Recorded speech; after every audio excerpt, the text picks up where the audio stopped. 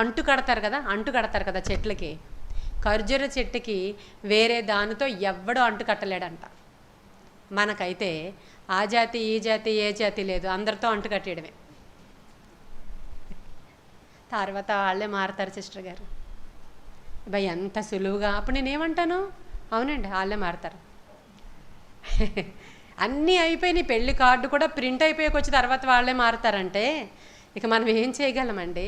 అవును వాళ్ళే మారుతారు, అంటు కట్టేసుకోండి. మీరు దాంతో అంటు కట్టుకుని క్రాస్ బ్రీడ్ బయటకు వచ్చిన తర్వాత ఆ పిల్లలందరూ అటు ఇటు తిరుగుతుంటే నా వైపు చూడండి. అప్పుడు ఏం చేయగలం మనం? ఈ ఈ ఖర్జూర చెట్టు దేనితో కూడా అంటు కట్టడానికి కానీ, క్రాస్ బ్రీడ్ చేయడానికి కానీ, ఇప్పుడు దానికి ఇంకొక కాయ కాయించడానికి కానీ, ఇంకొక పువ్వు పోయించడానికి కానీ ఏ రైతు వల్ల అవ్వదంట.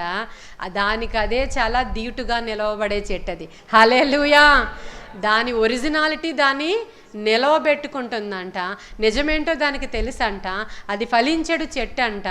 దానికి ఇంక ధీటుగా ఏది కూడా లేదు. బయట ఎలాంటి పరిస్థితుల ప్రభావం వచ్చి ఎందుకు వచ్చిన దేవుడిని ఎందుకు నమ్ముకున్నావు, నీకు ఏం చేశాడు దేవుడు అని అడుగుతున్నా అవేం చెవుల్లోనికి వెళ్ళవంట మనకి.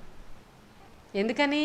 మనం పైన ప్రభావం చేత బ్రతకట్లేదు. మనం పైన అట్మాస్ఫియర్ మనకి ఏమి వడగాలులు వేచట్లేదు, ఆ ఎండ మనకు తగలడం లేదు. అసలు మనుషులు మన గురించి మాట్లాడుకుంటున్న మాటల యొక్క నొప్పి మనకి తగలకుండా దేవుడట ఇలా ప్రొటెక్షన్ కలగజేస్తాడట. అది యోబు గ్రంథంలో ఉంది. మనుషుల నోటి మాట వలన వచ్చిన నొప్పి నీకు కలగదు.